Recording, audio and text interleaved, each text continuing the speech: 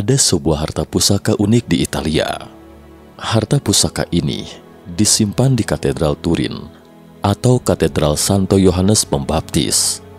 Dapat dikata cukup misterius karena hanya dipamerkan di depan umum sekali dalam lebih dari 10 tahun. Setiap saat harta pusaka ini dipamerkan, orang-orang dari seluruh penjuru dunia berduyun-duyun untuk melihat seperti apa sebenarnya harta pusaka ini, sehingga menarik perhatian publik. Anda mungkin tidak percaya, ternyata harta pusaka yang dimaksud ini adalah kain kafan yang digunakan dalam penyaliban Yesus, juga dikenal sebagai kain kafan Turin. Bagi umat Kristiani, kain kafan Turin merupakan salah satu benda suci. Kain itu dipercaya digunakan untuk menutupi tubuh Yesus Kristus yang dibaringkan setelah diturunkan dari salib, kemudian dimakamkan. Sebagian orang percaya kain tersebut memiliki gambar serta bekas-bekas darah yang dipercaya milik Yesus. Saat ini, kain kafan tersebut ditaruh di Katedral Santo Yohanes Pembaptis di Turin atau Torino dalam bahasa Indonesia, sebuah kota di Italia bagian utara.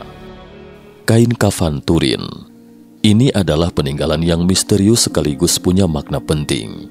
Dalam legenda Barat, para murid Yesus melarikan diri setelah Yesus disalibkan di kayu salib. Tidak ada yang berani menurunkan jenazah Yesus dari atas kayu salib. Hanya seorang pria bernama Yusuf yang mengambil mayatnya dan mengafaninya dengan kain lenan putih bersih dan memakamkannya. Namun tak lama setelah itu, Yesus bangkit kembali dan raib entah kemana, hanya meninggalkan kain kafan. Yesus adalah anak Tuhan di mata orang Kristen dan sosok yang dipuja dan dihormati.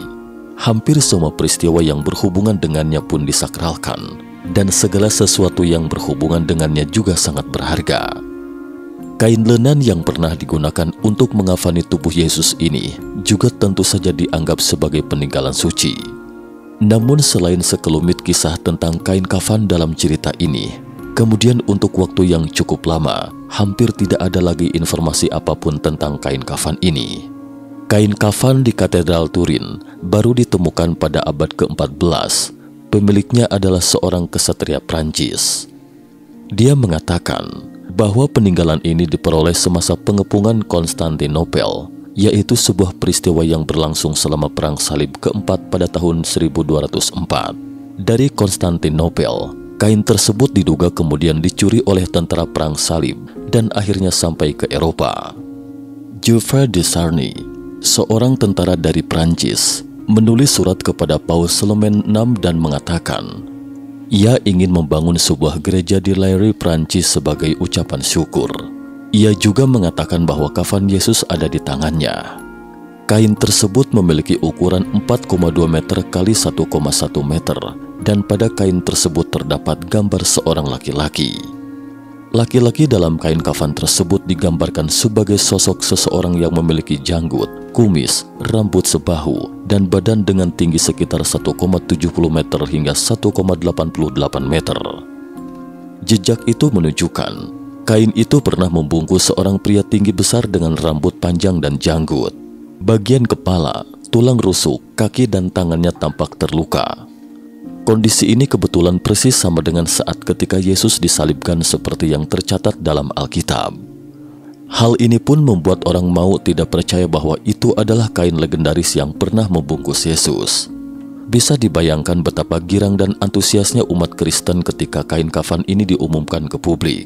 Kain kafan ini juga pernah mengalami banyak bencana kebakaran, tetapi setiap kali selalu terhindar dari kehancuran secara ajaib, seakan ada yang melindunginya. Para jemaat yang yakin akan keaslian kain kafan Turin itu mengatakan bahwa kain itu menunjukkan wajah Yesus yang suci sejati. Tetapi banyak juga orang yang skeptis tentang kain itu. Mereka menduga itu adalah kain palsu. Menurut laporan The New York Times pada 1389, Pierre Darcy, uskup dari Troyes, menulis memorandum kepada Paus Clement VII. Isinya ia mempertanyakan keaslian dari kafan tersebut. Banyak ahli teologi dan orang bijak yang mengatakan kalau ini bukanlah kafan milik Tuhan kami dan hanya meniru wajah dari Sang Juru Selamat, karena dalam kitab suci tidak ada yang menyebutkan mengenai jejak pada kafan ini, kata Darcy dalam suratnya. Kafan itu bukan hanya palsu, tetapi orang yang membuat kafan itu mengakui bahwa dialah yang menggambarnya. Mengutip dari pernyataan uskup, itu adalah selembar kain yang digambar dengan teknik yang unik, berupa citra dua sisi dari wujud seseorang, yaitu bagian belakang dan depan. Kain ini dianggap asli dalam pameran, tetapi itu adalah pemalsuan, bukan untuk tujuan persembahan tetapi untuk mencari keuntungan. Terlepas dari laporan yang meyakinkan dan jelas ini, makna politis dan keagamaan dari kain kafan itu begitu besar sehingga tetap tidak dapat dibedakan. Orang-orang bahkan telah memperdebatkan keasliannya selama lebih dari 600 tahun. Di antaranya para santo atau orang-orang bajik tentu akan menggali semua informasi terkait untuk membuktikan keasliannya. Sementara itu, Gereja Roma selalu mempertahankan sikap ambigu terhadap keasliannya dan tidak memiliki posisi formal. Gereja pernah mempublikasikan bahwa kain kafan itu layak dihormati, dan gambar Kristus yang mengilhami hanya dipamerkan di gereja-gereja yang tidak mengakui keaslian kain kafan itu.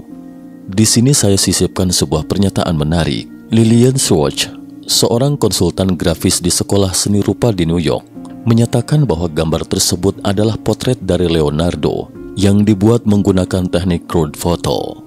Menggunakan komputer scan, dia menemukan bahwa wajah pada kain kafan Turin adalah potret diri dari Leonardo da Vinci dalam dimensi yang sama.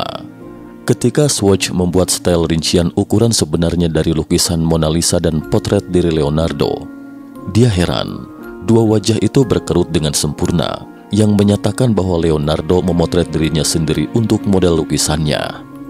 Cocok sekali, tidak ada keraguan dalam pikiran saya bahwa proporsi wajah Leonardo digunakan dalam menciptakan wajah yang menempel pada kain kafan Turin, kata Swatch.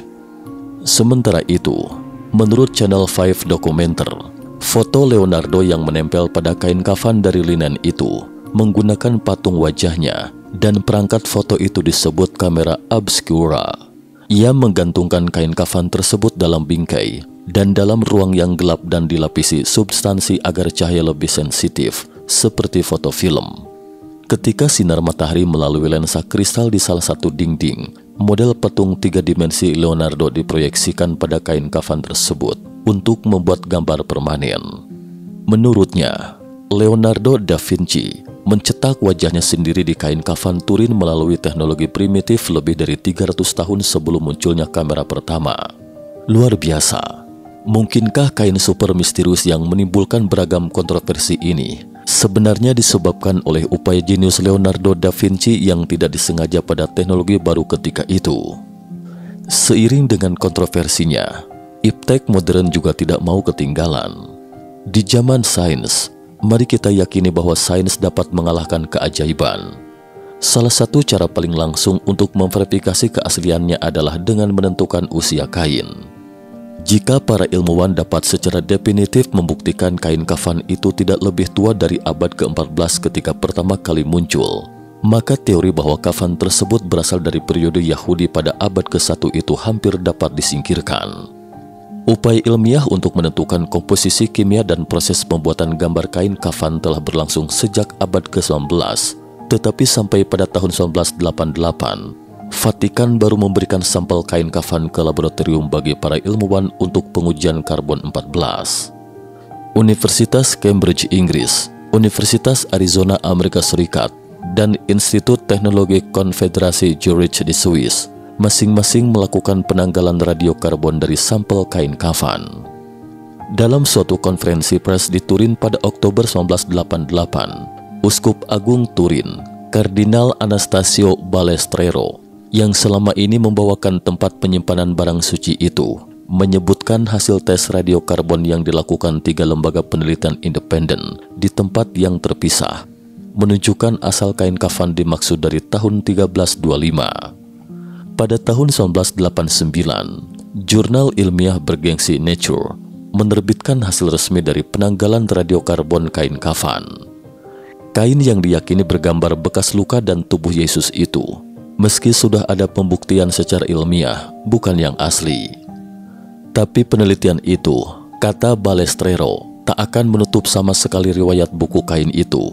Masih ada beberapa pasal lain tentang kisah atau misterinya. Katanya, Hasil penelitian usia kain kafan tersebut dengan sistem karbon memang ditunggu, baik oleh yang percaya maupun yang tidak.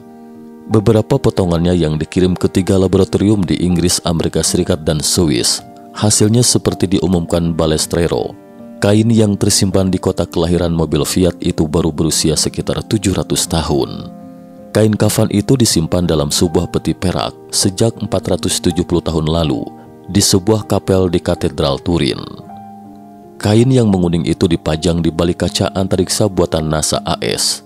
Penyelidikan dengan teknologi modern oleh para ilmuwan dimulai 1978. Jelas sekali makna dari kain kafan itu begitu penting, sehingga bahkan setelah identifikasi usia dengan radiasi karbon, banyak orang tidak dapat menerimanya. Hasil penentuan ini tidak meyakinkan para jemaat yang taat, sebaliknya justru skeptis dengan hasil eksperimen ini. Salah satu pandangan mengatakan bahwa 3 laboratorium yang melakukan penentuan karbon 14 membuat kesalahan besar dalam prosesnya karena kain kafan itu pernah diperbaiki pada abad pertengahan.